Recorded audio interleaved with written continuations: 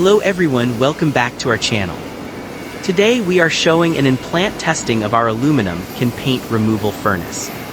This system is designed for efficient paint and coating removal from waste aluminum cans, helping to recover clean aluminum material for further recycling.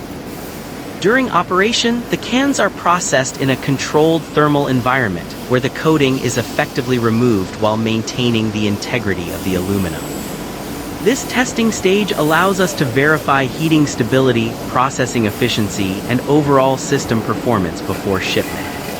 As you can see, the equipment is currently running without the outer casing, as this is a factory testing phase before final assembly.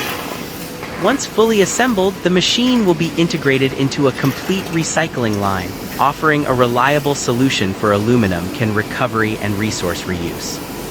It is widely used in metal recycling plants, helping improve material value and reduce waste. If you are interested in this system, feel free to contact us for more details.